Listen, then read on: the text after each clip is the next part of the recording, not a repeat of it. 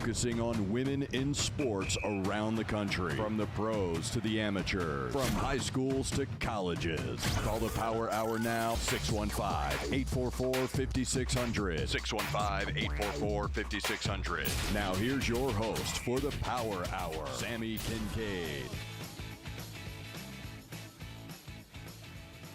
Good Saturday morning, everybody. I am very excited for today because we normally talk a lot of college ball out here, and we're going a little out of the norm today, and I'm very excited. We're going to have a really big show for you today on Power Hour. Call and talk to us as well, 615-844-5600, 615-844-5600. And it's been a while since I've had her on the show. She was my very first guest ever on Power Hour. And Teresa Walker, I am so excited to have you back on the show today to talk a little Titans with me. How you doing, Teresa? I am doing good, Sammy. How are you doing this morning? I'm doing fantastic, as if she needs an intro, but she is the AP Pro Football writer, four-time NSMA 10 Sports Writer of the Year. And you pretty much have been covering the Titans since they came here. But before we get into your background, Teresa, I want to get your first thoughts on this schedule that came out this week. It's a pretty good schedule for the Titans. I mean, let's be honest, okay? Last year they were on the road for much of the start of the season, and then at the end of the season when it was backloaded with home games, well, they were banged up yet again. I mean, there's a reason Amy Adams Strunk fired John Robinson on December 6th. The roster the guys he was bringing in, signing big contracts, Bud Dupree, Robert Woods. Robert Woods, the exception, coming off an ACL, and he actually played and led the team in receptions and yards receiving. But, Bud Dupree just didn't pan out the way they thought. And, I mean, Lord, the Isaiah Wilson pick and, still trying to figure out maybe Dylan Radins with a new coach can find a position and contribute and be a guy in the NFL. But, for a team that has lost its first two or its home opener each of the last two times it's opened at home, starting at New Orleans, not a bad move, because Derek Carr will be the quarterback, and that'll be his first game in the Dome down there in New Orleans. Or the St. Louis Rams is that wonderful fan, as the Titan social media team caught in the incredible TikTok. If you have not seen it, go see it. It far and away blew away all the other NFL team schedule videos, and it was just tremendous. And then they get to come home and host the Chargers. And, yes, I know they've got Justin Herbert. I know that the Chargers are being predicted again to be a playoff team. But, they nearly won in Los Angeles with Ryan Tannehill, on one leg after spraining his ankle and getting it taped up. That was the injury that kind of did him in for the rest of the season. But, if they can nearly beat them with him on one leg here, I like that game. And then at Cleveland, it's a nice mix of road, home. And then you've got the London game against Baltimore. And, yes, you'd kind of like your bye maybe to be a little bit later in November. But, considering that they get the bye coming back from London, after 6 games, they get to rest, recoup, catch their breath. And then they play the Southern Titans, the Red Stallions, Atlanta Falcons, whatever, the Roar. And then, yes, they've got to go to Pittsburgh. That's the tough stretch of the schedule for them, that 3-game road stretch. But even then, they've got the Amazon Prime game on a Thursday night at Pittsburgh, but then they get a mini-bye before they have to go to Tampa Bay. And, right now, I mean, I'm not impressed. Kyle Trask is the quarterback there. It's not Tom Brady anymore. If you saw the Patriots schedule release, it was a beautiful thing, focusing on Jason McCourty's twin brother, Devin, moving into the Patriots' retirement home. But it was capped with Tom Brady saying, hey, you got room for one more? He's no longer in the NFL, at least not as a player, so I don't mind that one. And then they go to Jacksonville, and that's a revenge game. Yeah, they capped that 3-game road swing, and it's been a while since they've had a 3-game road swing. Those aren't easy, but they go to Jacksonville, and I'm sorry, if Ryan Tannehill's the quarterback for that game, I think they're going to do okay in that game. I've seen all the predictions. I love how people, Sammy, already have people going to the Super Bowl. I've seen 6-10 or six. It's like, guys, there's 17 games these days. If you're picking a 6-win season, it would be 11 losses. Do we forget what last year was, 7-10? But at Jacksonville, I'm sorry, but if I'm Mike Vrabel, all I do is show the replay of that call where Josh Dobbs, I still would say the arm was moving forward, and they called that, the way they called that, it's a scoop and score, pick six. They were 3 minutes away from repeating as division champs for a third straight year. I play that play. I show Jacksonville celebrating, and so I'm not. This is a division that is there for the taking, and then the Titans get to finish up. I mean, look at it. Out of the finishing stretch, they get to stay at home for 1, 2, 3, 4, 5 of their final 7 games. And yes, the NFL, they sent the Titans to the Texans for 3 straight years. Now they're wrapping up the 2nd straight season with another divisional opponent in Jacksonville. So we don't know if that game will be January 6th or 7th. It'll depend on the stakes at that point. But if they're playing for a division title, they could be in Saturday night again, playing for a division title. And if that's the case, being in Nashville, I'll take that game. I'll just say. But 5 of the final 7 to finish the season, and let's not forget, people forget that there's a lot of things that have gone on behind the scenes for this team, right? New GM. I hate to almost say this because I said it after the 2021 season. It's like, surely to God, they can't have the injury curse that they had of 21 where they set an NFL record using 91 different players because of injuries. And then they follow up last year, and again, most players used because of injuries. At a certain point, they've got to get healthy. And for the people blaming the training staff, well, Todd Torricelli was honored this offseason for what he and his staff have done as a top trainer in the NFL. It wasn't the training staff, people. It was the players being brought in by the last GM, and now there's a new GM. And we'll see. They should be healthier if they're healthier. Derrick Henry, Ryan Tannehill, and I love some of the stories this week. It's like it looks like the reports are Ryan Tannehill will be the starter this year. Mike Vrabel said that the last night of the draft, that when they came back in on the offseason program, Ryan Tannehill's the 1, Will Levis is the 2, Malik Willis is the 3, and then we'll see what happens in the rookie minicamp. We'll see them later today. We'll get our first look in person at Will Levis. There's the offseason program training camp, but with the $36.6 million salary cap, I'm going to take Ryan Tannehill to be the starter on day 1. Because Will Levis would have to show out to push him aside, and even then the money kind of locks him in. But a healthy Ryan Tannehill, a healthy Derrick Henry, and a completely revamped offensive line, which to me was their biggest issue all of last season, I like what this team can be in position to do this year. No, absolutely. And you brought up a ton of really great points. So just going to kind of start from the beginning. And you mentioned the TikTok. I saw it on Instagram as a reel, and it was absolutely hilarious. What Nate Bain and his team are doing on social for the Titans is absolutely incredible. And I'm actually going to have on Amy Wells. Titans Amy is coming on after you to talk a little bit more about that and give that team the props that they definitely deserve. And it was absolutely incredible just how much hype this schedule got from social media. They absolutely killed it on that. And I think you are right. Just with how it's laid out, it is a nice schedule, and especially there at the end, whenever they were struggling last year, they have those 5 of 7 games at home, and that's going to be huge. It's just what sticks out to me that I think would be the toughest. You got to play the Texans twice in 3 weeks.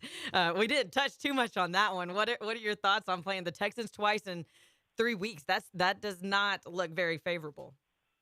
Well, it doesn't, but let's remember that and let's not forget the Texans did win here last year, a game that they coulda, shoulda, woulda, but they're going to have a first-year quarterback.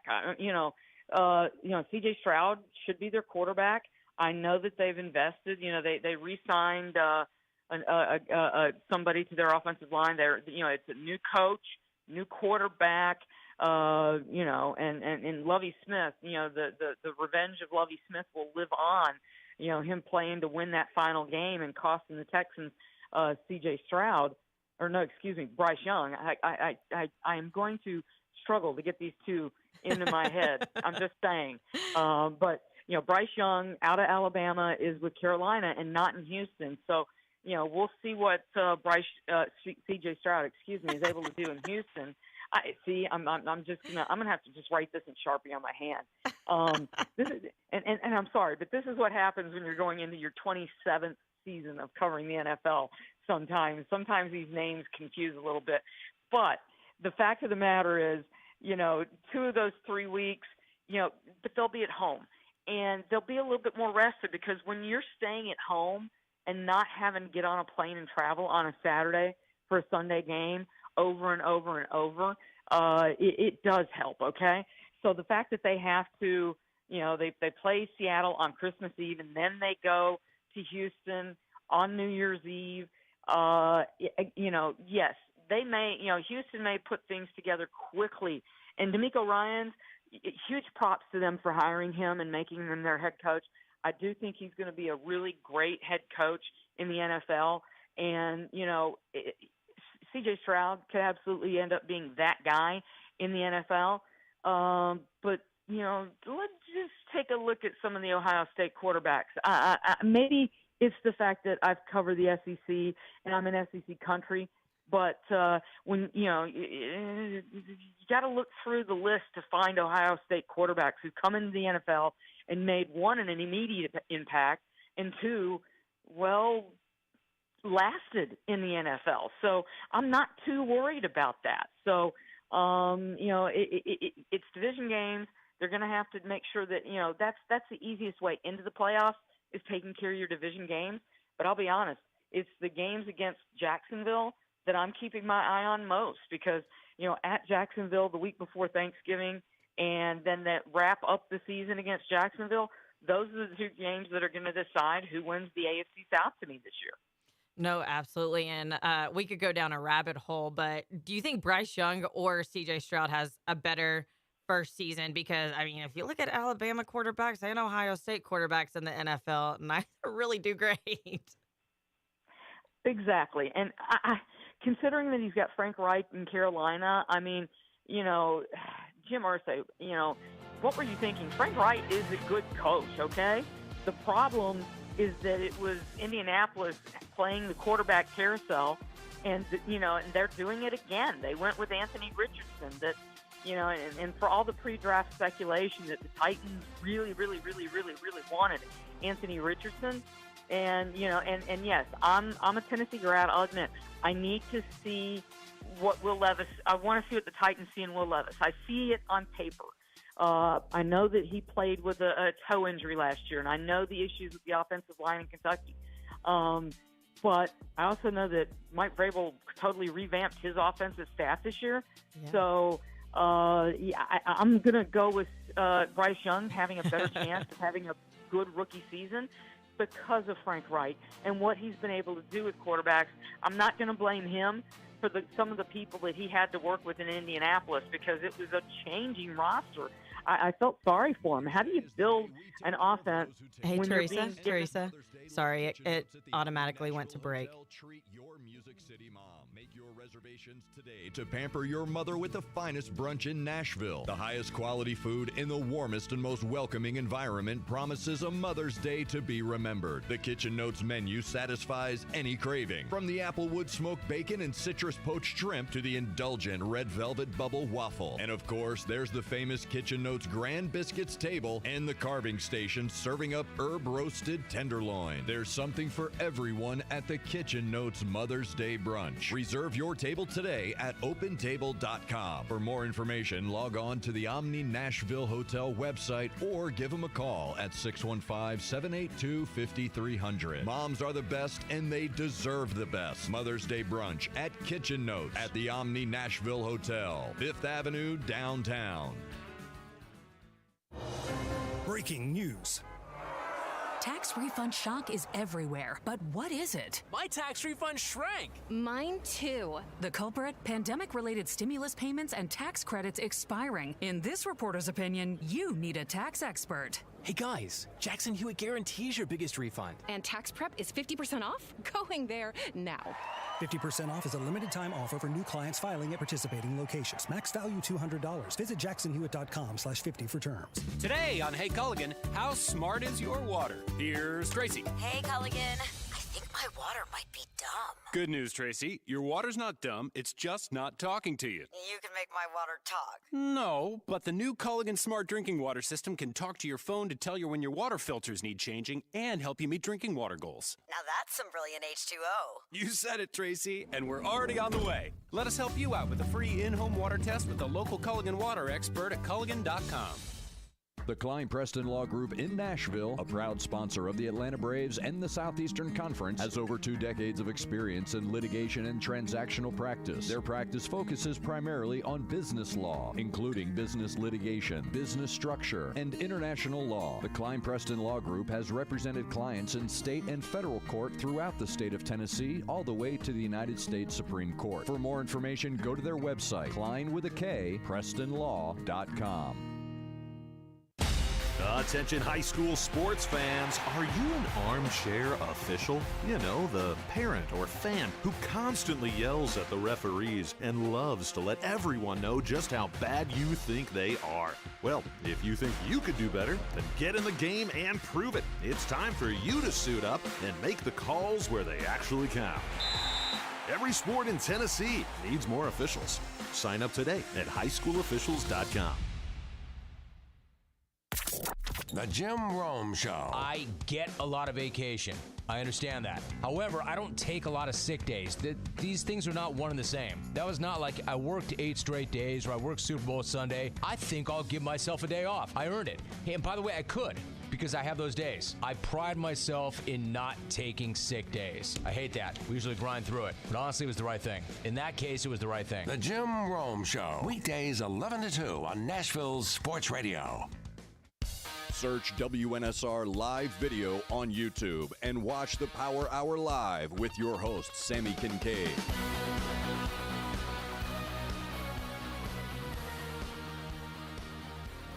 Welcome back to Power Hour with Sammy Kincaid. I'm Sammy Kincaid in the Strike and Spare studio, and I am so sorry that you got cut off, Teresa Walker. You had some incredible things to say, even though I think you were leaning towards Bryce Young being the better quarterback in his first year between him and C.J. Stroud.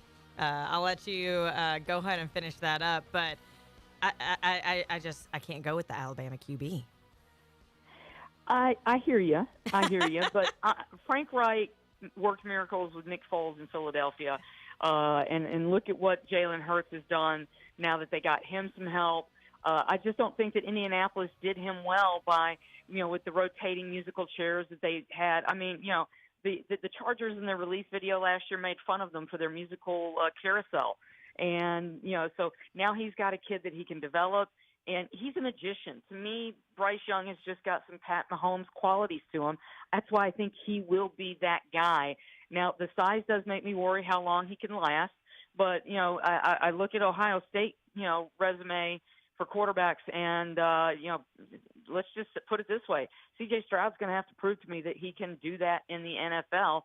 And, again, new coach, and that's why I'm not, again, to me the battle in the FC South comes down to Jacksonville, Tennessee, established coaches, and now established quarterbacks. Titans with an old veteran and Ryan Tannehill that everyone's ready to shoot out the door for Will Levis, a guy they haven't seen yet, and Trevor Lawrence, who certainly showed what he could do last year. But they had to put together a 10-game winning streak to win the division. I'm just saying. Yeah, no, absolutely. And that last game being at home, it could either be your pride going into 2024 and ending on a win at home, or it could mean the playoffs and the title. So let's kind of get back to talking Titans and talking more so you as well, because the last time you were on the show, we didn't really get to talk about your career. We talked just specifically Titans headed in, I'm pretty sure it was training camp whenever you were on talking with me. And Teresa, you have been covering the Titans, pro football really, for forever, but the Titans since the beginning, really. And it's just absolutely impressive. And I can't even imagine what all you've seen over your time covering them. Well, that's the thing is when when you have to. Yes, I started covering them even when they were doing the talks, and I had the story when they approved the Nashville Yes campaign to pay for the stadium that is now slated to be replaced. In fact, I was doing the math last night. If the new stadium opens in 27, then my 30th season covering this franchise and this team will be their last in Nissan Stadium in 2026. And then 31 would be that new season in the new building with the enclosed dome. And anyone who was at the Taylor concert last Sunday night understands why it could be very helpful to have an enclosed dome for such parties. I mean, WWE has already said we're going to bring, a big show here in 27. I mean, that's what Nashville gets opened up to with this new building. But, yes, there's times when I go to rookie minicamp and I look at those numbers, I try to put numbers with names because I'm filing so quickly on deadline. And, yes, I have to file a story to New York to go across the country before I go down to the locker room. So it's like I immediately start translating numbers to names rather than look and then, I'll look it up later. No. I have to look and get it. And, yes, there's times when I look at a number and I'll think, oh, no, that's Blaine Bishop. No, that was 20 years ago. So, yes, there is some number confusion at times. So I have to stop and think about who's doing what and who's, so it does get to be a little bit challenging and fun. But for the people who are ready to write off the Tennessee Titans, calm down. Mike Vrabel has had them in contention every game that he has been coached. Think about it. His very first game was the longest game in NFL history with the weather delays in Miami, and the only reason that they didn't make the playoffs in 2 games in his 5 seasons, they missed the playoffs twice, and both of those were because of quarterback injuries in the finale in games that they had chances to win and be in. Okay, it was 2018, and Marcus Mariota wasn't available against the Colts. And they went out and got Ryan Tannehill the next March. And then this last year, Ryan Tannehill was not available. They went out and got Josh Dobbs December 21st, still 3 minutes away from winning the division. And, people are writing this team off, and I don't get it. I mean, some of it seems to be people in the state looking through orange lenses, and it's like, yes, they traded up to get Will Levis. He is the backup right now. They're not needing him to start game 1 in New Orleans or the St. Louis Rams, which I love that video so much that when they play Jacksonville in the finale, I may call them accidentally the team that actually doesn't exist. Just in tribute to that video. But, that's the thing, that he has had them in contention. They are in a rebuild process without a doubt. Do they have enough skill position help? That's the biggest question for me. That's why I can't wait to see Colton Dowell today at the rookie minicamp. 6'3", 4.40. They also signed a couple of undrafted receivers from Power 5 schools. I can't wait to see these 2 young guys to see what they can do. But, Derrick Henry behind a patchwork, and I'm saying patchwork, Sammy, it's like that's being kind to that offensive line. And Derrick Henry was second in the league last year with very little help. Traylon Burks, Chika Okonkwo, I mean, it's going to be a young group catching passes from Ryan Tannehill, but he's been here working. So, if anything will be better than the 2 seasons where they went 5-27, that's when I actually had to work for a living. The rest of the time, it's the NFL. It's designed for parity. It's designed to suck you to 8-8 and now 9-7 or 7-9 as much as possible. And I think Mike Vrabel has earned the trust over his 5 seasons to show that what he can do. And now you've got a new GM, and he's brought in a couple of new assistant GMs. They're using analytics to try to help them, do this a little bit better. And, I'm going to roll with the guys who, were in position to do something this franchise has not done. I've never covered 3 straight division titles. They did that the first 3 years as a franchise in Houston under Bud Adams. Amy Adams-Strunk, I think she's earned fans' trust. Yeah, no, absolutely. And I just looking at this schedule, I think it's very favorable. And you kind of mentioned it last segment, but that bye week coming after being in London, travel will do a toll on you. And I think that's huge for the Titans to have that bye week before that next stretch in their schedule. And I'm not going to let you off the hook because I asked you about you and you completely turned it back around about Titans. And I'm not surprised. I'm not surprised because everyone that's listening to this show knows who you are because you are an absolute staple in the Nashville sports market. But especially when it comes to a show about women in sports, you are the first female that really had a huge presence here in Nashville. So whenever you're covering the Titans and you are the only female that's there covering them, kind of walk me through what that was like then versus now. I mean, last season, you guys took a picture at training camp, and I want to say there was maybe over 20. It has been night and day difference. It is, and I'll say this: the advantage that I've had, and I'm wrapping up 31 years as the state sports editor for the Associated Press here in Tennessee, and so yes, I covered the state. There have been women that have come through, but staying in sports is not easy as a female because, well, it helps to have a great support system. I have that. My husband, the reason I can keep track of how many years that I've covered the Titans.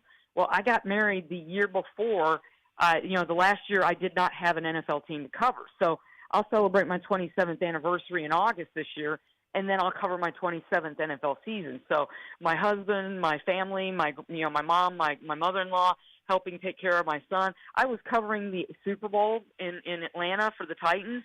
My then months-old son was sick. They never told me about it. They just handled it and let me focus on work. And I'll credit Jeff Fisher. He was the first NFL coach that I ever dealt with. And, my first meeting with him was in a dorm room at TSU, boxes down the hall after they had just relocated from Houston. And he helped set a tone. I mean, there were 2 towels at every locker room or every locker for every player. Now maybe it was I had the wedding ring on my finger, but, I never, ever had to deal with, some of the issues. I had female editors that I had worked for in a previous job try to talk me out of taking the job as an AP sports writer because of some of the harassment women in the industry have taken. That was around the time of Lisa Olson, who I've since been able to meet, and we follow each other on Facebook or on Twitter, and I consider her a long distance friend through the Association of Women in Sports Media, et cetera. But, she was covering the Patriots at a time where, she was harassed so much that someone said her a dead rat. She ended up leaving the country for a while because of the harassment women can get, and she was so harassed for the mere task of doing her job and being in an NFL locker room. And when my best advice came from an AP colleague when I got an NFL team: take 2 pens with you into the locker room, and if you drop one, it's gone. A woman never bends over to pick up anything in a locker room because of what it can be seen as doing. Like you're in there just to look. And it's like, no, I'm in there to do a job, just like all the male colleagues. But I feel lucky. Maybe it was being with AP. Maybe, the tenor that Jeff Fisher set in that locker room saying, just treat these people as, they're doing their jobs. Just be professional. I also do take a notebook because I want to give the gentlemen their privacy, shall we say. But it's one of those things where it's been so great to see the women coming along. And for the young women that are out there listening right now, Sarah Walsh, she was here once upon a time at Channel 2.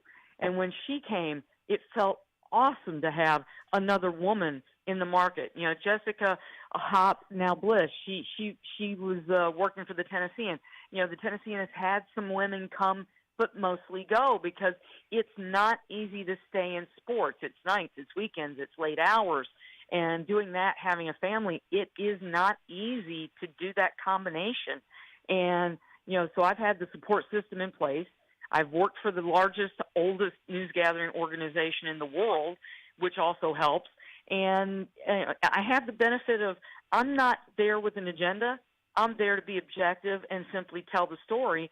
And, I've talked to players and coaches over the years. They may not agree with what I write all the time, but they know that I can back it up when I write something, and I back it up with stats and production and simple information. I'm not out there with an axe to grind or trying to get somebody fired.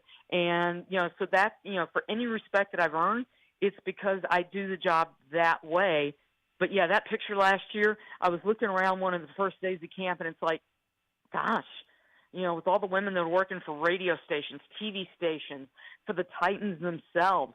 And this is, I'm going to give a quick shout-out to Jeanette Morley, Katie Mosley, and Emily Starkey. Those are the three women that were behind that TikTok that, as of this morning, 9.1 million views. They blew away the NFL. And you know what? I'm going to give credit to Amy Adams Strunk because, she's one of the few women owners in the NFL. When I started covering the NFL in '97, you could, I wasn't alone in the NFL field. Yes, there was Leslie Visser and women like that, and Christine Brennan and Mary Kay Cabot in Cleveland, Helene Elliott out in LA covering all sorts of things. But looking around NFL offices and in owners' suites, well, it was Bud Adams, and when he passed in 2013, it was his son-in-law who took over the team. And thank goodness, Titan fans, if you want to say thank you to Amy Adams Strunk, her taking over in March of 2015. That was where this franchise took a huge change in the right direction. No, absolutely. And I took a screenshot of Katie Mosley. She posted the girlies out in the streets, and it's of them doing that TikTok video. Earlier I mentioned, yes, it was Nate Bain's social team, but it was three women behind that video. And it's just been absolutely incredible to see how everything has grown. And you have been a huge, huge part of women being successful here in Nashville. So I personally say thank you to you, Teresa. And thank you again for joining me today. My pleasure. And ladies, come join us. It's hard work, but it's fun work. It absolutely is. And again, Teresa Walker from the AP, and I appreciate you joining me. And we have more coming up. We're going to have Amy Wells. Titans Amy is joining us right after the break, so stick with us.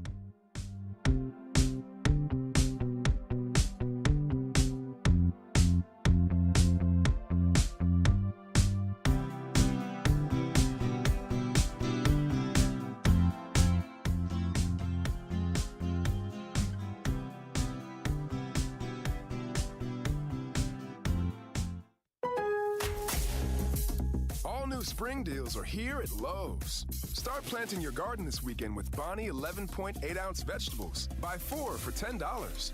Plus, liven up your patios and decks with fresh blooms. Select 1.5-gallon hanging baskets or 2 for $16. Lowe's knows spring. Lowe's knows home improvement. Offers valid through 5/17. In-store only. Actual plant size and selection varies by location. While supplies last, excludes Alaska and Hawaii. Today is the day. Today is the day you empty your garage and closets of your old tech. Today is the day you hang up on that dial-up modem. Today is the day you tell that old GPS to get lost. Because while Staples recycles old tech for free each and every day, today, during Staples' free Tech Take-Back, Rewards members get $10 in Staples Rewards when they recycle their tech. Cut the cord on your old tech and recycle it at Staples. N617. Limit 1 reward per month. Exclusions apply. Visit staples.com/recycling for details. Have you ever met a single person in your life that enjoys paying taxes? No, no one does. If you can't sleep at night because you have a huge problem with the IRS, I've got some free advice for you. This service is strictly limited to individuals that owe the IRS $10,000 or more in back taxes. And if you qualify, we can guarantee that you won't be writing a big fat check to the IRS, or our services cost you nothing. The first 100 people that call today will get a free tax consultation worth $500. Stop worrying about your IRS problem. We can help you, we promise. Call the tax doctor right now. I mean right now, to learn more. 800-649-0142. 800-649-0142. 800-649-0142. That's 800-649-0142. Legacy Concrete is on the air saluting the brave men and women of our U.S. military. Their tireless efforts each and every day shall never go unnoticed. This message is brought to you by Legacy Concrete, covering up to a 50-mile radius of Middle Tennessee with quality service and pride. For residential or commercial concrete projects and foundation repair, call today and ask about their military and first responders discount. 615-661-8373. That's 615-661-8373. Legacy Concrete. They're professionals who care. Hello, this is Philip Cox from Strike and Spare Family Entertainment. Are you looking for new and exciting things to do with the family during the spring and summer months? Thanks to Strike and Spare Family Fun Centers, you don't have to look any further. Sign up today for Kids Bowl Free, a summer pass starting in May where kids 15 and under receive 2 free games of bowling every day. You can also purchase a family pass that allows you to join the fun as well. Visit any of the 5 local Strike and Spare locations in Hendersonville, Murfreesboro, Donaldson, Hermitage, and Tusculum to register, or just visit kidsbowlfree.com/Strike and Spare. Strike and Spare, where fun is bowling. The 2023 season of Atlanta Braves baseball is on, and this squad is fired up to make a run at a 6th straight division crown. High fly, deep to left, forget about it for Austin Riley. A blast to left. Catch the 2023 Atlanta Braves right here on Nashville's home for Braves baseball. WNSR, Nashville Sports Radio. You're listening to the Power Hour with Sammy Kincaid.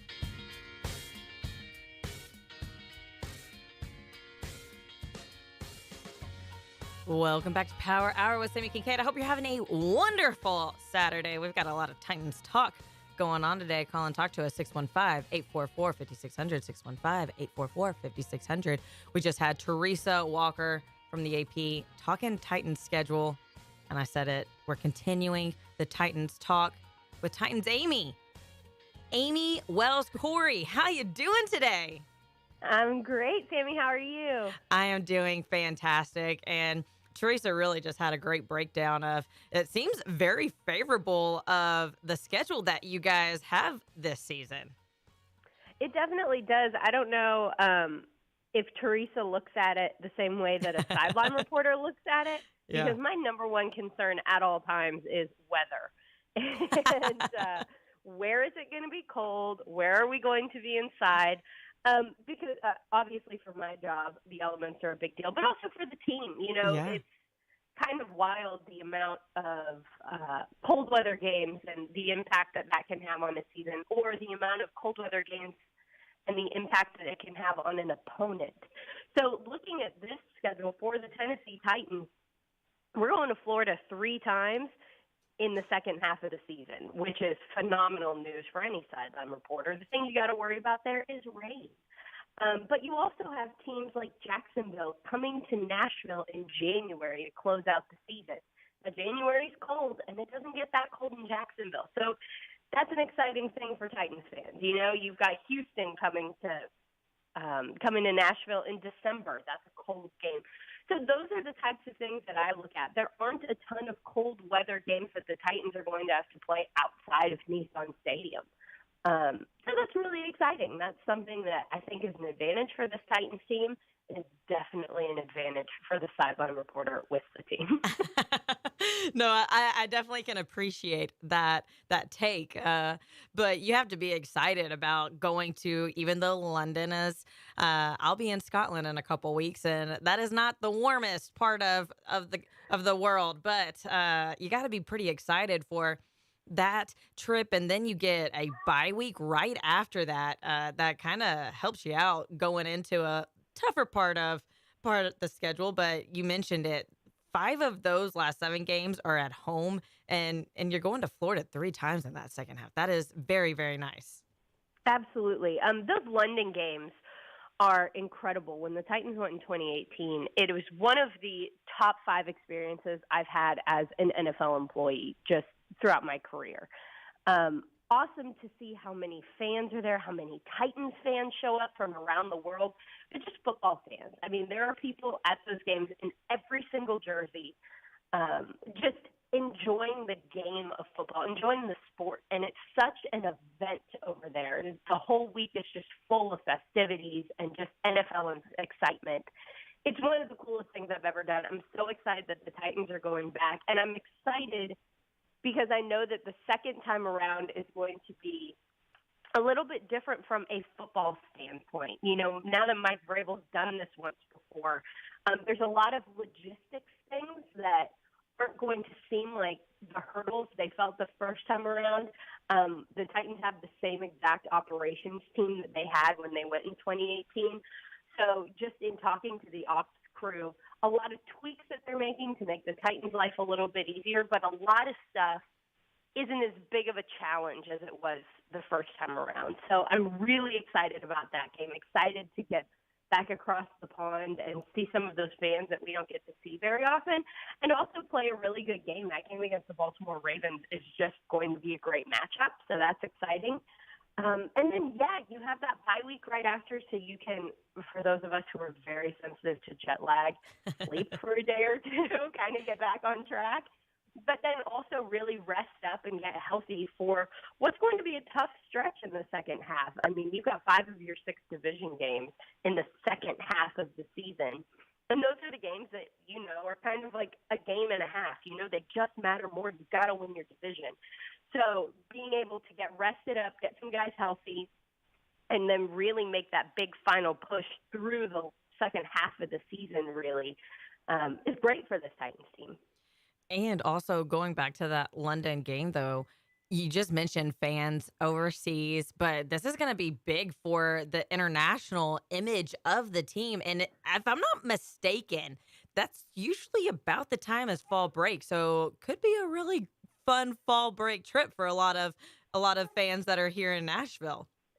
I encourage anybody, and this is very serious because I don't usually say, hey, spend all of the money you have and take an elaborate trip.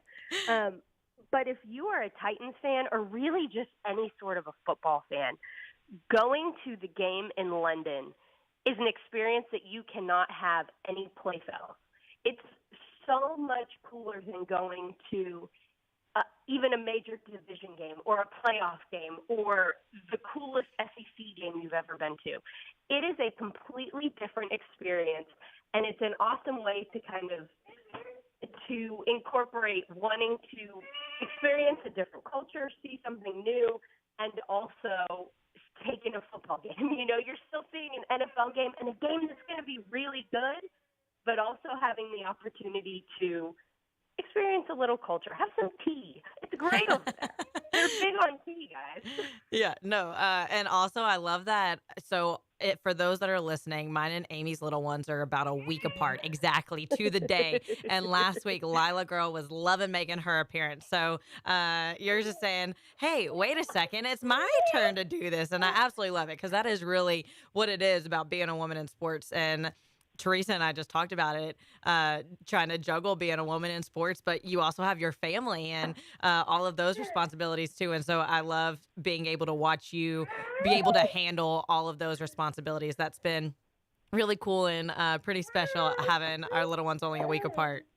Yeah, Livy and I are trying to sneak in some breakfast before she is going to rookie minicamp practice today. So homegirl's coming to work with me. We're going to go watch these rookies run around and get some instruction from Mike Vrabel and the rest of our coaching staff. And Livy's coming along for the ride today. So we're kind of juggling all the things. It's definitely... You see, there she goes. It's definitely wild doing the working mom in sports thing because the schedule is just so dramatically different from your typical 9 to 5 because, I mean, we work on weekends. We work on holidays. You know this.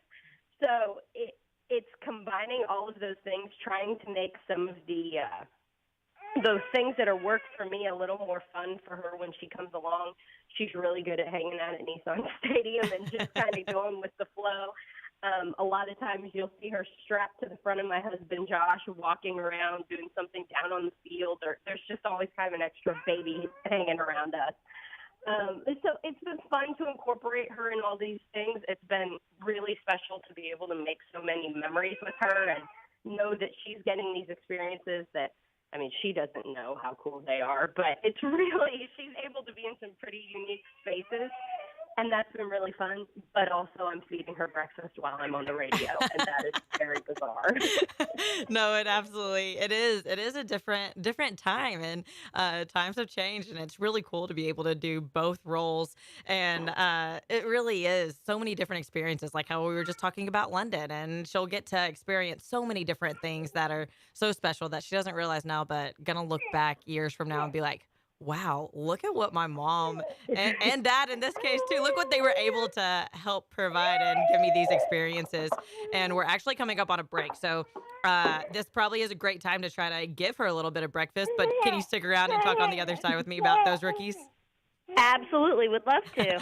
Awesome. Well, again, you're listening to Power Hour with Sammy Kincaid. I have Titans Amy on with me right now. We are going to be back in just a little bit. We're going to be talking some of the rookies because rookie camp, it starts today. So today is your first look, and I can't wait to get and Livy. She's really wanting to give her take on it too. And I can't wait to hear Amy's and Livy's talk on what these rookies are going to be doing. Teresa Walker was just on with us talking a little bit about these rookies. And even though you got Ryan Tannehill in that top spot, I'm really curious to see what Will Levis does today, even though he is going to be what we were hearing as the backup. Really, really excited to hear what he could possibly be doing. And Amy, usually the music plays by now, so I don't. if you want to join in on about Will Levis real quick, you're more than welcome to go ahead and give his take until we can get this break going. Yeah, I mean, I'm really excited, but let's take that break and we'll talk on the other side. Well, we have about 3 minutes until the break goes. We're having some technical difficulties over here. So well then let's talk Will Levis. Let's talk Will Levis. We're excited to see him out here today. I actually had the opportunity to talk to him a couple days ago when the rookies. Amy, we're getting pranked. We're getting pranked today. It just automatically started playing. There it goes. So we are going to talk Will Levis on the other side of the break. I am so sorry, Amy. We'll be right back. You're listening to Power Hour. Stick with us.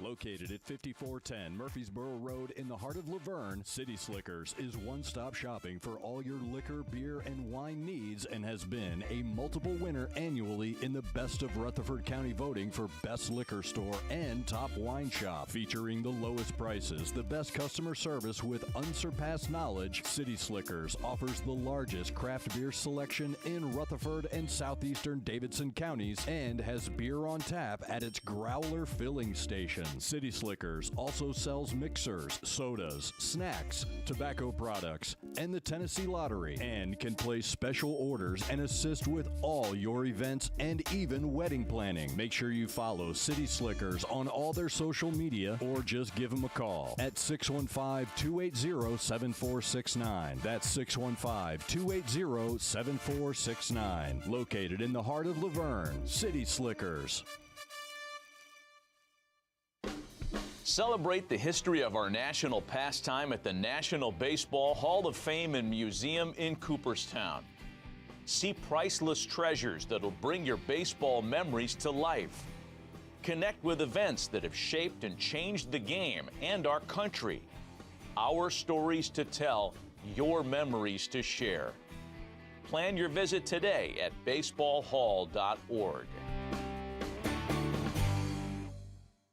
Post-COVID travel is on a surge. Many of you are traveling for fun because you've been locked up for 2 years. Listen, whether you're traveling for fun to Italy, Greece, Spain, France, or somewhere else fun in the world, or USA, now is a great time to book before the crowds hit and save. Plus, with a strong U.S. dollar, you'll get more travel bang for your buck. Right now is a smart time to make your reservations and call low-cost airlines. With one phone call, you can let us do all the work for free. We'll shop hundreds of airlines, hotels, resorts, and give you a way to save huge money on your vacation plans. And if you call right now, we'll give you a free hotel room with a qualified travel purchase. So call right now.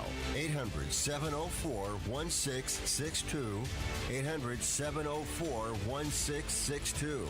800-704-1662. That's 800-704-1662.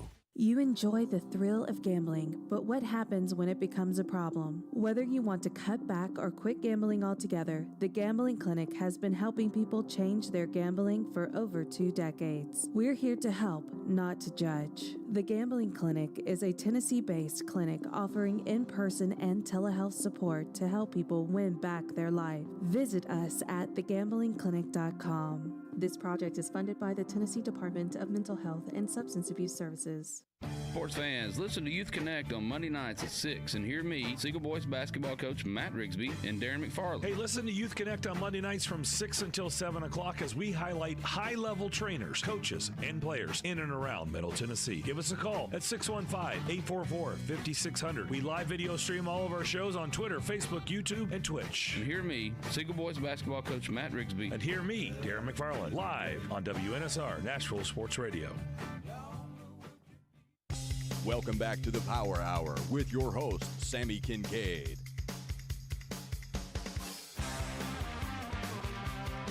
Welcome back to Power Hour with Sammy Kincaid. I'm Sammy Kincaid in the Strike and Spare studio, and I have Titans Amy and Livy joining me on the line to continue talking, but we're going to talk a little Will Levis. So, Amy, I'm sorry we didn't get to talk too much about it before the break, but give me your take on what you think we're going to see from Will today. You know, here's the thing about rookie minicamp. So much of what you're going to see is guys getting acclimated. They're trying to figure out where everything goes, what the kind of flow of practice is, what their position coach's preferences are, what their head coach's preferences are. They're really just trying to get their feet under them for the first time. So, I mean, are we going to see them running through a lot of drills? Absolutely. Are we going to see them doing certain things probably 3 and 4 times just to try and get it right and get the rhythm down? Absolutely we are. But, like, are we going to see anybody do something that gives us an inkling on any way about what the roster is going to look like? Absolutely not.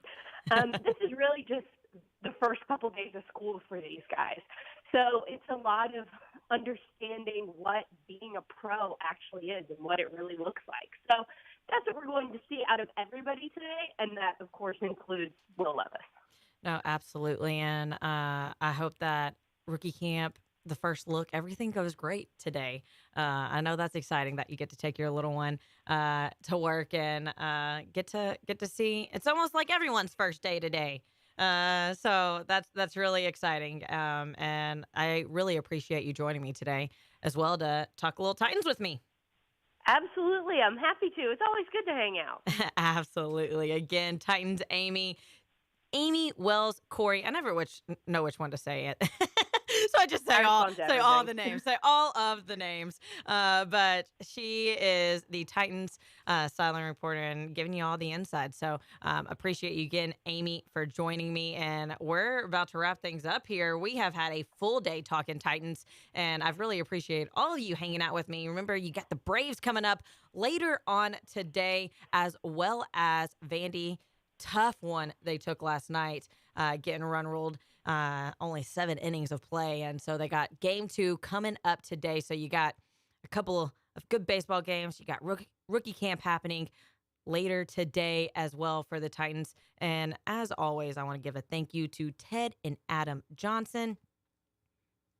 They always do a fantastic job. Yeah, that they do. They do. They do. So, again, Braves coming up later this afternoon. Vandy at Florida. They have got a tough one that they need to get this one today to be able to hopefully take the series if they want to keep that top spot in the SEC East. So big games happening today, as well as rookie camp. Thank you to Teresa Walker and Titans Amy for joining me to talk some Titans. And if you have not seen that schedule release, what they did over at Titan Social is absolutely incredible. 9.1 million views is what Teresa Walker said that video is up to, and just incredible what that team is doing. So thank you again for joining me. And again to Ted and Adam Johnson, we will see you again next week.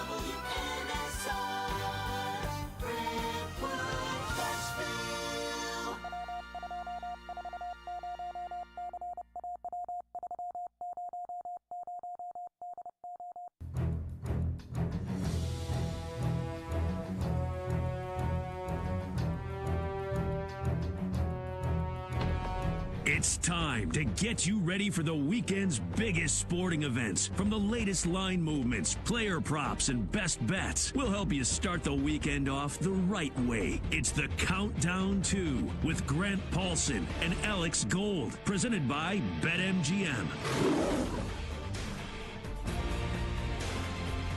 The Countdown 2 is another hour closer to a big day in sports. We'll give you our best bets and preview all of the action of the evening before we get out of here. But wanted to talk about a trade in the National Football League yesterday. The Minnesota Vikings dealing one of their better defensive players from this past season, Za'Darius Smith, who turned in double-digit sacks. They trade him. The Browns receive Za'Darius Smith in a 6th and 7th round pick. Minnesota's going to scoop a 2024 and 2025 5th-round selection in deal. So 2 5s coming back to Minnesota for Za'Darius Smith and a draft pick. So let's start with the Vikings. This is a team, you and I have talked a lot about them, Alex, this offseason, that is right up against the cap. There's not a lot of wiggle room, but they still have firepower. They've got Justin Jefferson, arguably the best wide receiver in the NFL. They just drafted a tremendous young wide receiver to start opposite him, who's got a chance to make plays right away. They've got KJ Osborne down the depth chart. For the moment, Dalvin Cook's still there. I think he leaves, and the drop-off between he and Alexander Mattison could be steep, although I believe Mattison is a nice, admirable RB2 who can fill in. Their defense was a mess last year, and I don't know that it's gotten better, but they did win 13 games. A lot of one-possession games for Minnesota. Their win total currently sitting at 8.5. What do we do with the Minnesota Vikings? Well, the point about the defense is my issue, and my biggest concern is that they were dreadful defensively a year ago, and now you're telling me, and I get why they moved on, it's financial reasons, and he also, Za'Darius Smith wanted guaranteed money. He's getting more guaranteed money in this restructure that he's got with the Browns. But you lose a guy that had 10.5 sacks, Grant, on a defense that was already pitiful. I know most of their issues were in the secondary, more so than on the defensive front, but now I just lost a guy that's been to multiple Pro Bowls, that is a double-digit sack guy. So I'm a little concerned, more so than I was prior to this trade, about whether or not they can come anywhere close to replicating what they did a season ago. Now, look, to win the NFC North, I don't think you got to win 12 or 13 games. I think this year you could win 11 and feel pretty good about your chances to win the NFC North. And for me, when we're looking at the odds market, I still do not get how the Vikings and Bears essentially are right there with the same odds. So, and not essentially, they are currently, I'm sorry, at BetMGM, both plus 350, the Vikings and the Bears, to win the NFC North, whereas the Lions are sitting at plus 110 and the Packers are 5-1. So that's the one thing that I can't get over. While I'm concerned about the defense of the Vikings, where's this Chicago Bears on the same playing field as the Vikings thing coming from? I don't get it. Yeah, that part is confusing and makes no sense. I guess it speaks to how and why Detroit is viewed the way they are. If the market tells you that the Vikings are the Bears, which is outrageous and ridiculous in my opinion, that's not really a thing. But yeah, I'll say this. I mean, defensively, they're in trouble, and they're not going to be good. I don't think that changes, right? Danielle Hunter's playing for a contract, presumably. Very, very good player. They're going to need to get probably 11 or 12 sacks out of him to help make up for the trade that they made yesterday. They didn't do a whole lot. They haven't really added a ton of talent. They did draft in their secondary, Mekhi Blackman in the 3rd round, Jay Ward in the 4th round at corner. Both of those guys will probably play a bunch for them. They brought in Byron Murphy, the former Cardinal. I suppose he could play a big role this season. They've mostly just kind of tried to hold the rope where it was by keeping players around, like Harrison Smith, who is considering retirement. I look at the defense, though, and I still see it as a liability. Maybe they're thinking, and we're dealing with this here in Washington offensively, where people go, why aren't the Commanders adding more on offense? They need to get better on offense. And I keep saying, well, they're going to be putting all their eggs in the Eric Bieniemy basket. They went and they got a coordinator, and they feel like with the same players, the coordinator can make better music. Everyone sits behind the same instruments, and now it sounds better. Out was a coordinator who did a bad job and was fired shortly after the year. In is Brian Flores. And maybe that's the big addition that they think fixes a lot of their defensive problems. I just think you got a quarterback in Kirk Cousins who is going to keep you in the conversation in the middle of the pack. You're not going to win 6 or 7 games with Cousins as your starting quarterback. He's going to keep you in every single game. The addition of Addison with Jefferson, with Osborne in that passing game, Hawkinson, who was a monster at the end of the year, in a league about throwing the football. I know Madison, as a starting running back, leaves a little bit desired for people after Dalvin Cook, if and when they release Dalvin Cook. But if they can throw the ball, they have a top, what do you want to put Cousins, 10, 12 quarterback in the NFL? Like, the bottom's not falling out. They're not going to go 6-11. They're not going to go 7-10. Yeah. The 8.5 total is interesting to me. I think I'm going to take the over. They can lose 4 games that they won last year and still hit over that total. And again, I don't know where you're on the division. I still think 11 wins might get you the division this year, considering the Packers and what we think they might be. I'm just not sold on the Bears taking this huge leap and being in the North divisional conversation. I understand all the draft capital. I like what Ryan Poles has done, their general manager, this offseason. I'm just not convinced you're going to see the returns that quickly in the NFL, even in that division. What do you make of the first couple of games, though, out of the gate for the Vikings, and how this might play a role into this? Because they open up at home against the Bucs. All right, Tom Brady's gone, not a problem. Vikings are favorites in that game. Then they do go to Philadelphia in week 2, obviously a huge, tall task there. Then they host the Chargers. Then they're at Carolina, and then they are hosting the Kansas City Chiefs. I mean, in that stretch, I mean, the Bucs sure seems like a win. The Panthers seems like a win. And then a coin flip game against the Chargers, and let's say you drop to the Eagles. So what? You're 3-1 going into that game against Kansas City in a kind of tough stretch of a couple teams that were in the Super Bowl to start the season. I think you'd take 3-1 in a heartbeat. Well, if they're 3-1, then they're going over 8.5 wins, and that number's in big trouble. And I think they will. No, yeah. I think you bake that in, thinking that a couple of those toss-up games you reference, including the Chargers, maybe is a loss. But yeah, if they get out of the chute 3-1 going into that Week 5 game, then they're sitting really pretty. I think it's an overcorrection to what was legitimate concern last year. As they were winning last season, week in, week out, they kept ripping off victories. In the final 30 seconds, they would go on game-winning drives, and they'd put together huge moments, Cousins to Jefferson, and everyone kind of kept saying, this is not sustainable. This is not replicable. You can't keep doing this. They're going to get to the playoffs.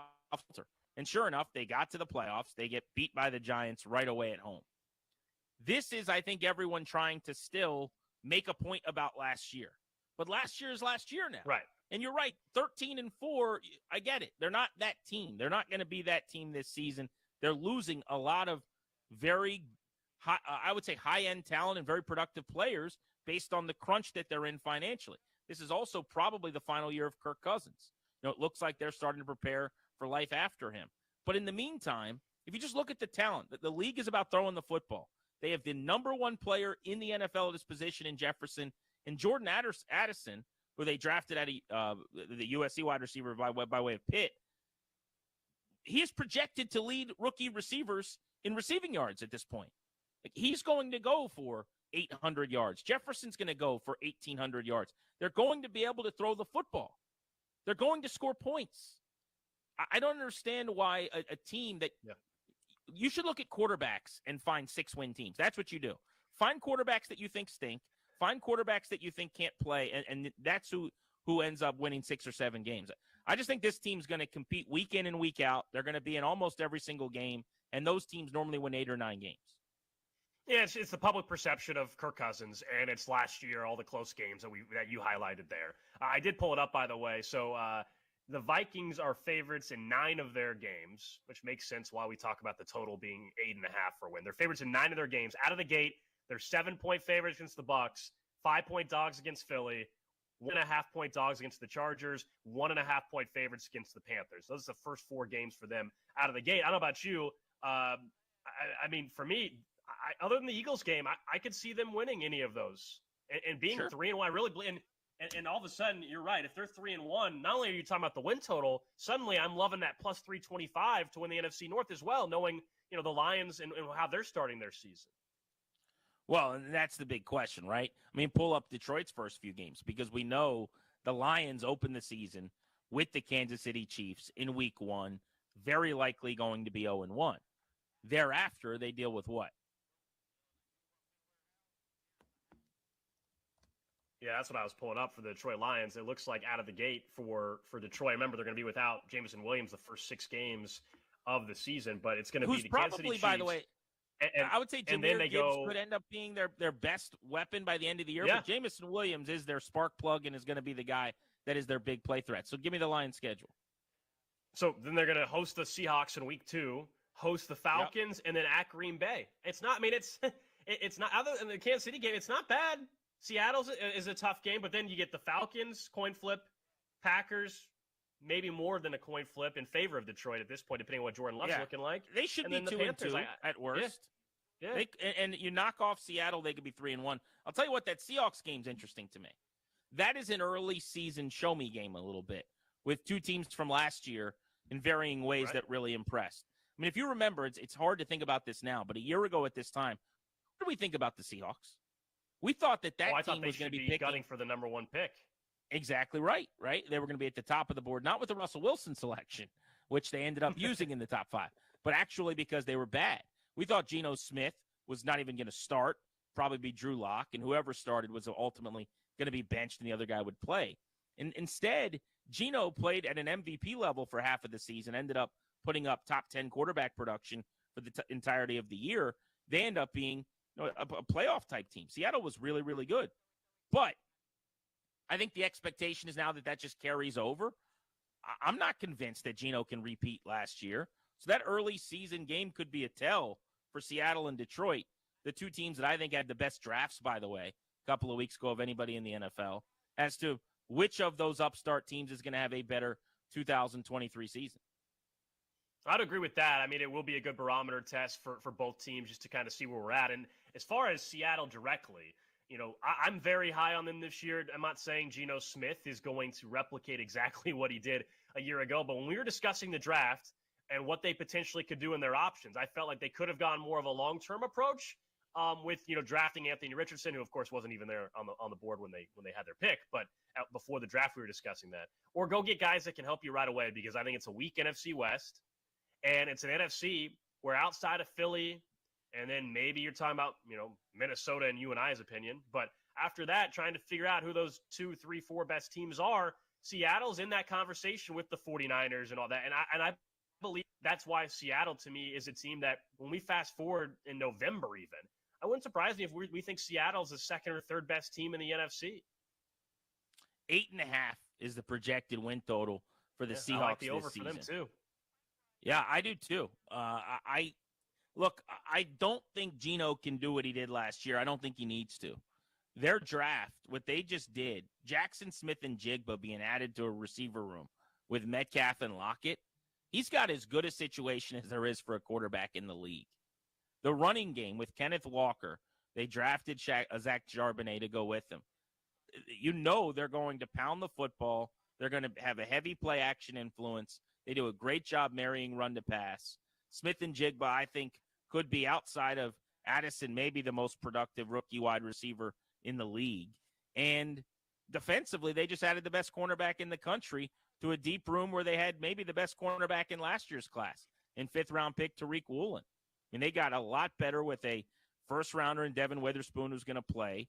Up front at nose tackle, Cameron Young, their 4th-round pick, is going to get snaps. At linebacker, Derek Hall, their 2nd-round pick, is going to get snaps. So their defense could be younger, faster, much improved. 8.5 seems like it's very much in play for them. You also got to think about the division, right? Like when I looked at Minnesota and I said over on 8.5, you play Green Bay twice. You win at least one of those games. You play Chicago twice. Like you should be able to go 3-1 in those 4 games, in my opinion, if you're the Vikings to get to the over 9. In the West, it sounds crazy to say, but now you play Arizona 2 times. You play the Rams 2 times. Of those 4 games, if you're not 3-1, that's disappointing. You might be able to sweep all 4. I wouldn't expect that, but you're better than those 2 teams and you play them 2 times. Yeah, and that's part of my thought process just with where Seattle can find themselves seeding-wise heading into the postseason. It's just because of that very point. It's a weak division. It's an NFC as a whole that is weak. Maybe new quarterbacks emerge, but right now, if you're just going through the best quarterbacks, Geno Smith is towards the top of the list. He just is. I mean, that's how weak it is right now of quarterback play in the NFC. By the way, the numbers on rookie receiver to lead the league in receiving yards this year, just because I mentioned this, Addison is 2-1 right now at plus 200, and you can get JSN at plus 270. One of those 2 guys is going to. The offenses they're in, how often they throw the ball, the design of those schemes specific to Minnesota, and then in Seattle, because of the other weaponry around him, coverages, they're going to be coming the way of Smith and Jigba. One of those 2 guys is going to return that investment. Choose wisely. Alex Gold, Grant Paulson with you on BetQL, CBS Sports Radio, presented by BetMGM. Our best bets coming your way as the hour rolls along. Appreciate you hanging out with us on this Saturday.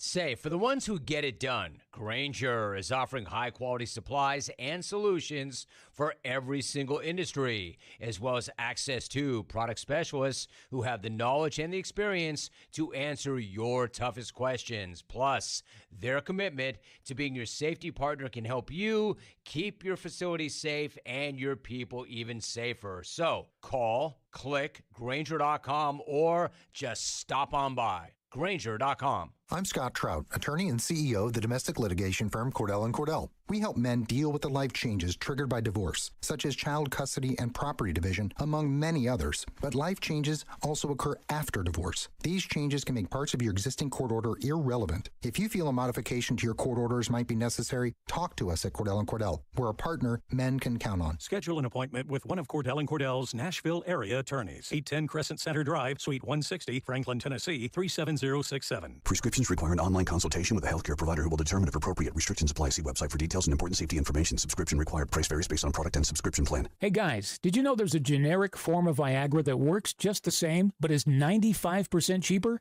And you can get it online? Just go to 4hims.com/joy. Through Hims, you'll get a free medical consultation, discreet shipping if prescribed, a 100% online process, and trusted generic alternatives to the name brands at up to 95% off. That's right. Get generic for Viagra, the same active ingredient as brand name Viagra, but for 95% less. It's the same medication, still prescribed by a licensed medical provider, but with zero copay, no expensive appointments, and no awkward face-to-face conversations.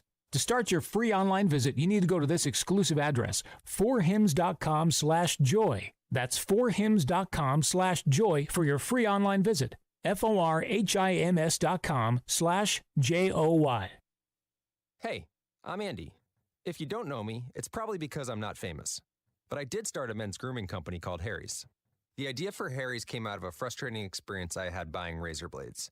Most brands were overpriced, overdesigned, and out of touch. At Harry's, our approach is simple.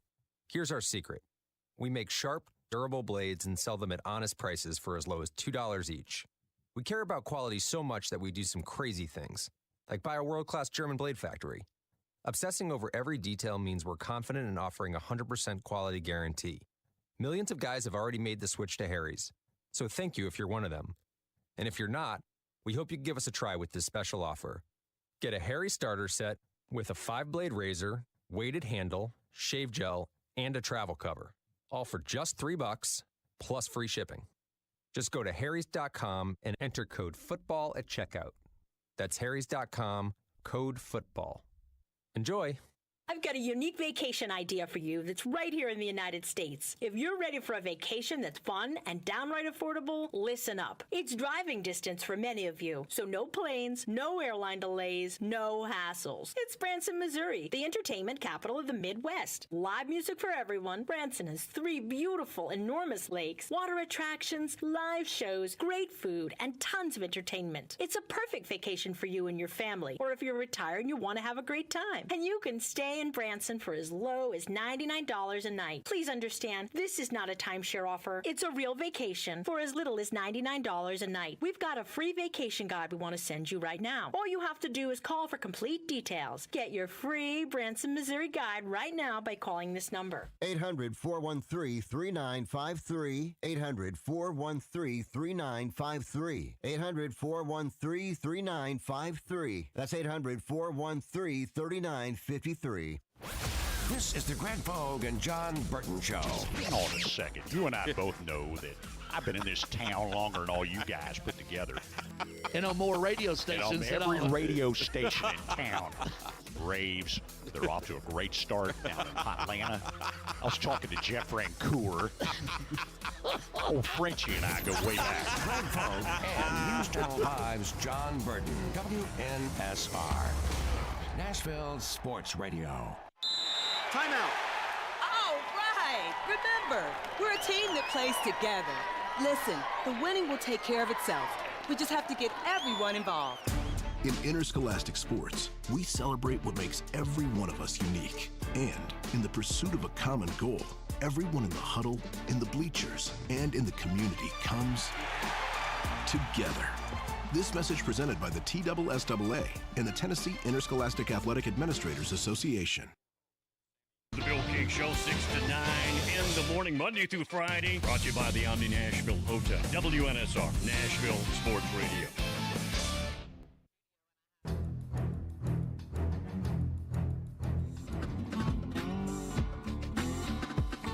Welcome back to Countdown 2 on the BetQL Network, presented by BetMGM. The countdown to Game 7. 76ers Celtics is on. Welcome back, BetQL, CBS Sports Radio. We are under 27 hours away from tip of a 3:30 East Time game tomorrow afternoon.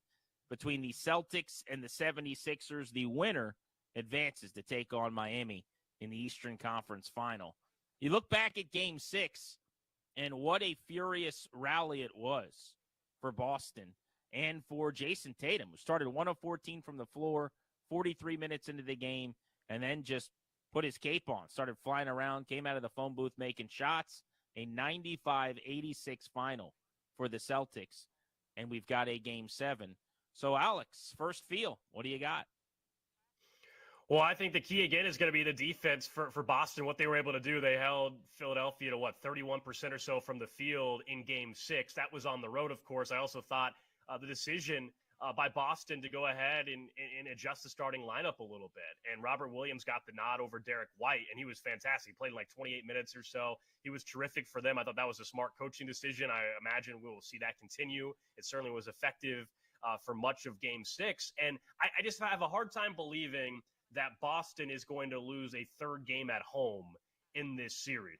So I think being back at TD is going to be a big boost for them as well. And I just think the Sixers blew their opportunity, frankly. They were positioned perfectly to get a home win, to wrap up the series, and potentially then be, the favorite to come out of the East potentially, or Miami, as we were discussing earlier. And now you sit to me in a really bad spot if you're Philadelphia. I know when the series started, if you would have said, hey, you can go on the road. It's a Game 7. You get a chance, one win. You got the MVP. You'd sign up for it maybe. I don't feel that way anymore because I thought Philadelphia had their moment, had their chance, and they blew that opportunity with their home court just a couple nights ago. You know what I don't like about what you just said is, while maybe the best path to a win for the Celtics, I think less Robert Williams is better for the over, which is what I'm betting in the game. Yeah, well, because for that, that's true. Yeah. When he's in the game, like he helps out and he rotates and he does some things defensively that I think are significant. But the spacing for Boston doesn't look right, and the offense kind of bunkers down, and it gets a lot uglier, and they kind of muck it up. I would like to see them actually open it up and actually try to get more offense going and maybe be a little bit more conservative with some of his minutes and shoot the ball a little better. I anticipate that they will. Here's the deal. Can Tatum have a 3 quarters like he had in Game 6 again? And I don't mean necessarily like can they win if he does, because the answer is probably no. What I mean is he even capable of shooting the ball that way again? I don't think so. Like at some point, I think the other Celtics who haven't been hitting shots are bound to just start knocking some of them down. Like how many open looks is Horford going to miss in this series? That's going to happen. The levee's going to break, and I think they're going to win this game. I just go back to me thinking they were the better team coming in. But I said this earlier in the show. I cannot in good faith take them to cover. I have lost trust in this team right now because it's not even like you lose a playoff game and I'm supposed to be frustrated. Good teams lose games. Philadelphia is good too.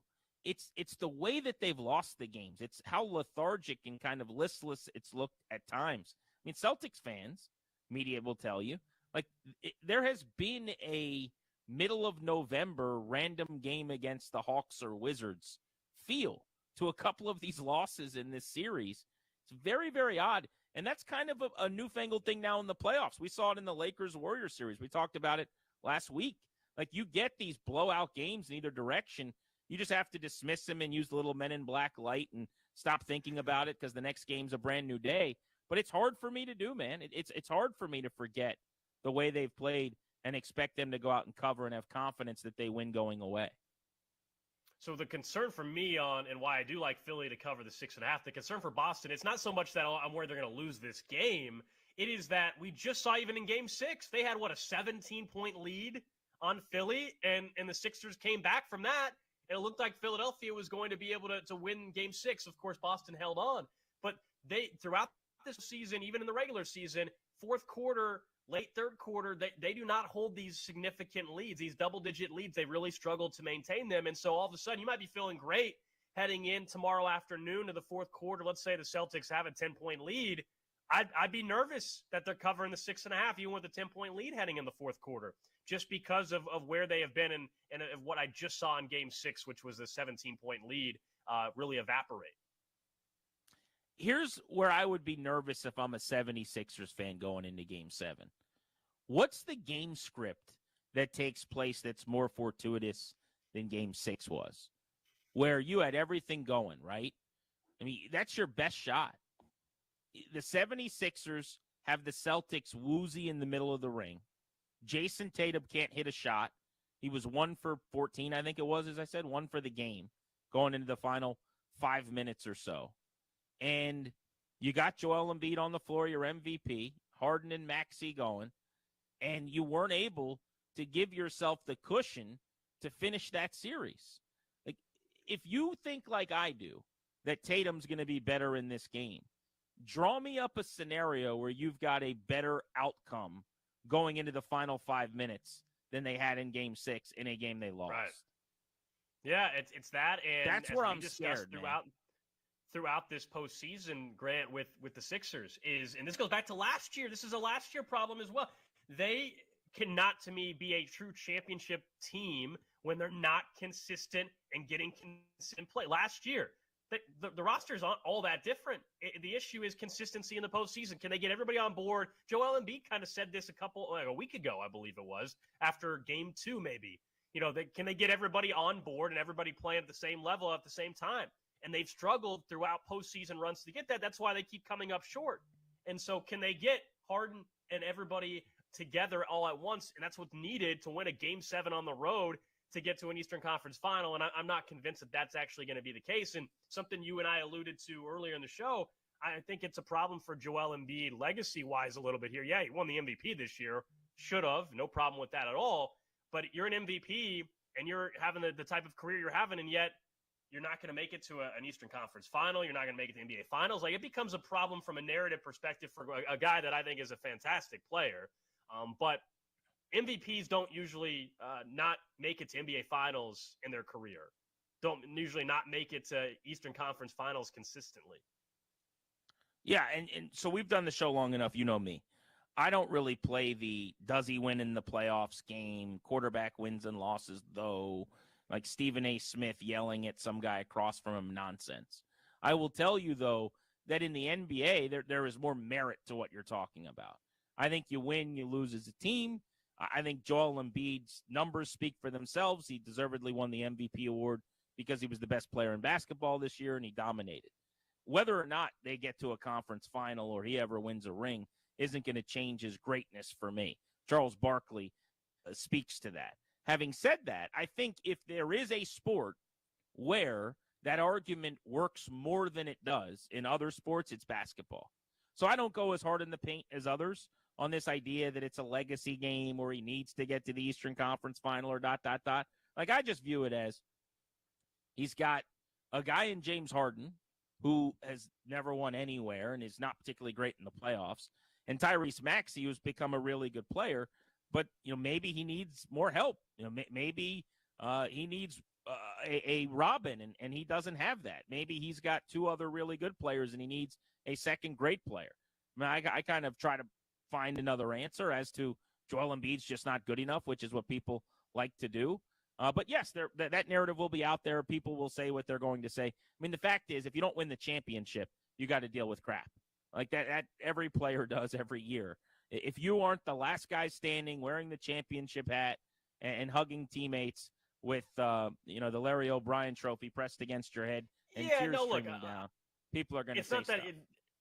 No, but it's still, though, if we fast forward and it's 5 years from now and Joel Embiid hasn't made an NBA Finals, I mean, I don't think it's an unfair conversation. I think Joel Embiid's incredible. Trust me, I'm a KU guy. He's a KU guy as well, so I'm a big fan of Joel Embiid. This isn't me hating on him. It's just, to me, it's reality of how to me, I do view legacies in the NBA. Like, it'll be pretty wild for a guy that's won an MVP, and who knows, maybe he wins another one in the next 5 years. I don't know. No reason to believe that he can't.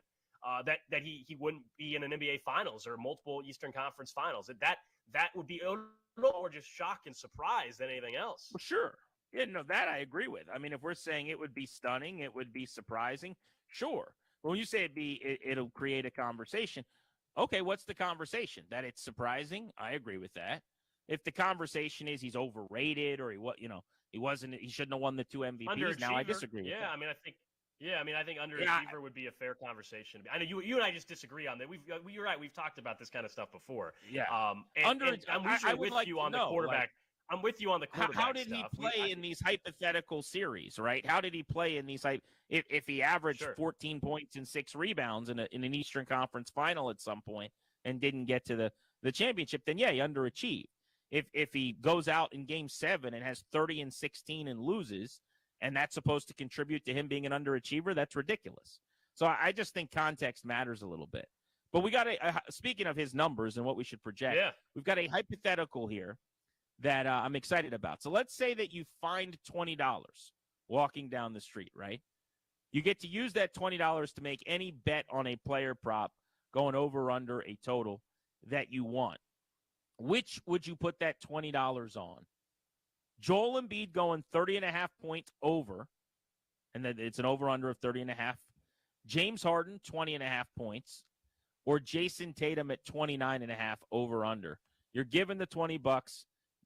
Would you bet over or under? We'll go through each of these. So Joel Embiid, 30.5 points. Where are you going? Yeah, I saw. Despite our conversation we just had, I do think Joel Embiid's the best player in basketball this season, and so I'll go over for Embiid. I don't think he's going out in a Game 7 without putting together a 30-plus point performance. And by the way, that doesn't guarantee a win, though, for them whatsoever. I told you I think the Sixers are covering. I think part of the equation for covering, Joel Embiid could have the type of performance that you laid out, and yet his supporting cast doesn't come to the party as well. And we're talking about, well, Joel Embiid had 31 points and 11 boards, but James Harden was terrible and shot, horrifically from the field. Context matters, you see. I'll go Joel Embiid over 30.5 as well. If he's over 28, I think he kind of did enough probably. I mean, look, the total in the game is projected to be around 200 points. So you can't peg him to go for 47 in a game where, his team's going to have 96 or something like that probably. But I will say the slight over, and I'll couple that, by the way, with Harden under. He's at 20.5 points. I think Boston wins. I think Embiid plays like Embiid, and I think Harden shrinks a little bit here. I think James Harden scores 18, 19 points, but I'll take under 20.5 for him. Yeah, so I hate to continue to agree with you on this one, but I was going to trend towards under on James Harden as well. Because if I tell you that I think Embiid's going over, and I think Harden's going over, and then I tell you that I think the Sixers are losing, you're going to be like, wait a second here. No, if exactly. I think the Sixers are so it's under for James Harden as well. Let me ask and it's you this. Also going to. Can you see a path where Embiid scores 31 or more, Harden scores 21 or more, and Philly loses? That's a tough runway to land a plane on there. Exactly, which is why, and you and I both think Philly's losing, even though we think they're covering. I don't think it's going to be a terrible performance by them. So a cover and a loss, that's where we're getting these player props. And I'll go first on this last one with Jason Tatum, because what's the number for Jason Tatum that we're looking at? 29.5 points, over under for Jason Tatum? Yes. It's hard for me after seeing what he did down the stretch of Game 6 not to also take the over. I do believe that the best players for each respective team show up in Game 7s. I'm a believer that does happen on a more often basis than not, and so I'll take the over for Jason Tatum as well. I like the over for Tatum, but I don't love it. I think he's right at 30. I'll take the over. It's 29.5, and I will take the over on Jaylen Brown as well at 23.5. I think if those two guys both go over and combine for somewhere around 55 points, Boston probably scores around 110, 115. In a win, I'm thinking it's around 115 to 109, 115 to 110, something like that, and Philly gets their cover. Jaylen Brown, 23.5, over under. Yeah, I'll go under for Jaylen Brown in this game, and I was laughing a little bit because I'm thinking in my head what the total for this game is, and I'm just thinking, if we're all of a sudden, are we talking ourselves into actually thinking that the number is for sure too low, and you like the over for this game, and so if we're talking about considerably, yeah, I mean, it gets to a point where it's as low as it is, you kind of take the over, and now playing this out and going through some of these player props, you just start to figure out scenarios and paths and almost the script of the game. I think this is coming up with more reason to take the over for the game overall. I got Harden under, Brown under, but I'm telling you over on three of the more important players, two of the more important players in this entire game. Remember, 95-86, the final in Game 6. And I think that the total reflects that and is maybe considering that more heavily than the rest of the series, where the winner's been over 110 in each of those games. He's Alex. I'm Grant. BetQL and CBS Sports Radio. We are counting down to our best bets coming your way in just a couple of moments, and our last dive into the NFL schedule. Our first chance to break it down this weekend. We're presented by BetMGM. Join me, Greg Pogue, from 9 to 11, Monday through Friday morning on the Greg Pogue and John Burton Show, live on WNSR Nashville Sports Radio. Texting enrolls you into recurring automated text messages. Consent not required to purchase. Message and data rates may apply. Hey, Dan, how you doing? Haven't seen you around the gym. Yeah, I've really fallen off. Since I turned 40, I just don't get the results I used to get. Could be lower testosterone. I went through it a while back. I got Nugenix Total T, and it's made a huge difference for me. I've seen that on TV. Is it for real? Oh, yeah. The patented key ingredient is something called Testofen, which helps boost free and total testosterone levels to help you trim up and stay lean. And it's made a difference for you? Man, I feel like I'm in my 20s again. At work, in the gym, gym, and in the bedroom. Are they still giving out complimentary bottles for people to try it for themselves? Yeah, you just need to send them a text. Text JUDGE to 321-321 right now for your complimentary bottle of Nugenix Total T. Plus, text now and we'll include a bottle of Nugenix Thermo, our most powerful fat incinerator ever, to help you get back into shape fast. Absolutely free. Text JUDGE to 321-321. That's JUDGE to 321-321. Products and statements have not been evaluated by the FDA. These products are not intended to diagnose, treat, cure, or prevent any disease or illness. I always wanted to learn Spanish, but I never thought I'd have the time. Then I discovered Babbel. Babbel's lessons are fun. They only take like 10 or 15 minutes, and in 3 weeks, presto, you're starting to speak another language. Like magic. I love that Babbel's lessons aren't just robots talking. They're voiced by native speakers, so you get the pronunciation just right. And they're designed by real language teachers, so you learn how to have real-world conversations, things you'll actually use. It's incredible. After using Babbel, I'm ready to start having real conversations in French. There's all kinds of ways to learn. Use Babbel's podcasts or games or videos. You can even join live classes with a language teacher. If you want to learn a language, there's no faster, easier, better way than Babbel. Babbel. Babbel. Babbel. Évidemment. Go to Babbel.com to try for free. That's Babbel.com. Babbel.com.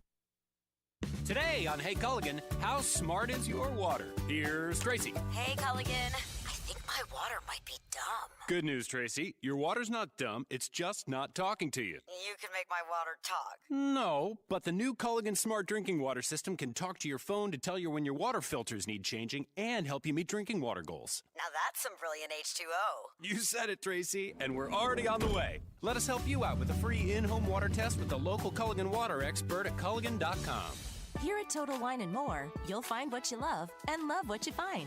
I like this flavored gin, but want something new? You'll love this one. Wow! Oh, you're good. Find what you love what you find, only at Total Wine & More. Pickup and delivery available at TotalWine.com. Drink responsibly, B21.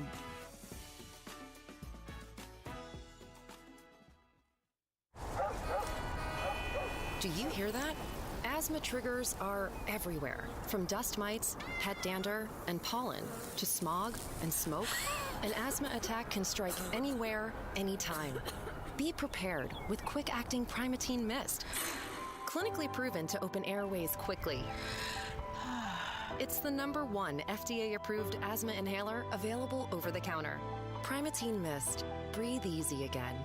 Use as directed. Today on Hey Culligan Smart Home, Smarter Water Softener. Here's Kevin. Hey Culligan, can a smart water softener lift those heavy salt bags for me? Kevin, it can. Wait, it can? Yep, the smart high-efficiency water softener from Culligan can alert your dealer when the salt needs to be replaced, and they'll do it for you, so your water stays soft and you stay away from lifting the bags. I mean, I could lift them if I wanted. No judgment here, Kevin. We're happy to do it, and we're already on the way. Let us help you out with a free in-home water test with the local Culligan water expert at Culligan.com. It's a Bill King Show. In Little League football, they play it off. You can't do it in college football, Bill. You got to come up with a bunch of computers and some BCS cockamamie scheme. My answer was yes. It's unique.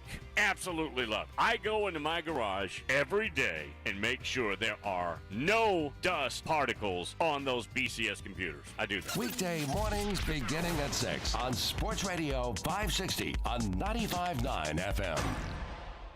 With 13 locations nationally, including Smyrna, Star Leasing Company is a semi-trailer one-stop shop and the perfect place to build a career as a semi-trailer mechanic. Seeking candidates with all levels of experience, Star Leasing Company has a semi-trailer technician trainee program with sign-on and quarterly bonuses and other opportunities such as $1,000 for having a yearly physical. Package also includes 401k with company match, health, dental, and vision insurance, competitive pay with weekly paychecks, and paid holidays and time off. Star Leasing Company, not your typical semi-trailer leasing company. It's starleasing.com to learn more. Hey, this is Eric Hasseltine. You're listening to the home of the Memphis Grizzlies on Nashville Sports Radio 560 on 95.9 FM.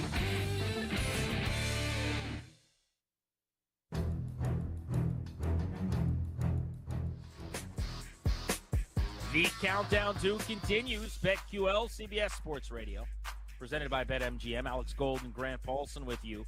Our best bets coming your way before we get out of here in just a few minutes. Looking at the NFL schedule that was released this week, the New York Jets are plastered all over primetime. Everywhere you look, you see Aaron Rodgers and the Jets, and it makes sense. The NFL is a TV show about quarterback. Rodgers is one of the biggest stars, a two-time MVP over the last 3 seasons, fresh off a darkness retreat and a decision that he was going to go play football in New York. Of course, he is painting it as if the Packers moved on from him, which is very odd, but I digress. Rodgers' Jets, Alex, debut on Monday Night Football, September 11th at home against the Buffalo Bills in a matchup for early season supremacy in the division. The Bills have company now atop the AFC East. The Jets are everybody's darling, aren't they? They are, and I'm buying the Jets stock. I'm certainly buying it. I'm buying into Aaron Rodgers taking that team to new heights. I'm buying into what I saw defensively from the Jets. I'm certainly buying into what we saw at times from some of the rookies last year, including their rookie running back who's coming off an injury. And I am banking that Robert Saleh is going to be able to keep up basically with the elevation of the roster and also elevate his coaching along the way. I really like the Jets at plus 225 in the AFC East. And I think if we're talking bigger picture in the AFC, I think if we're asking who that fourth team is that's going to emerge after the Chiefs and the Bengals and the Buffalo Bills, the Jets to me are that team. It's more likely the Jets than the Miami Dolphins, in my opinion. I understand Rodgers is coming off a disappointing season, but I still think there's something there. You mentioned it. 2 out of the last 3 seasons, he still was an MVP award winner. I believe Aaron Rodgers also just looks refreshed, looks happier. He's participating in all these offseason workouts that are taking place as a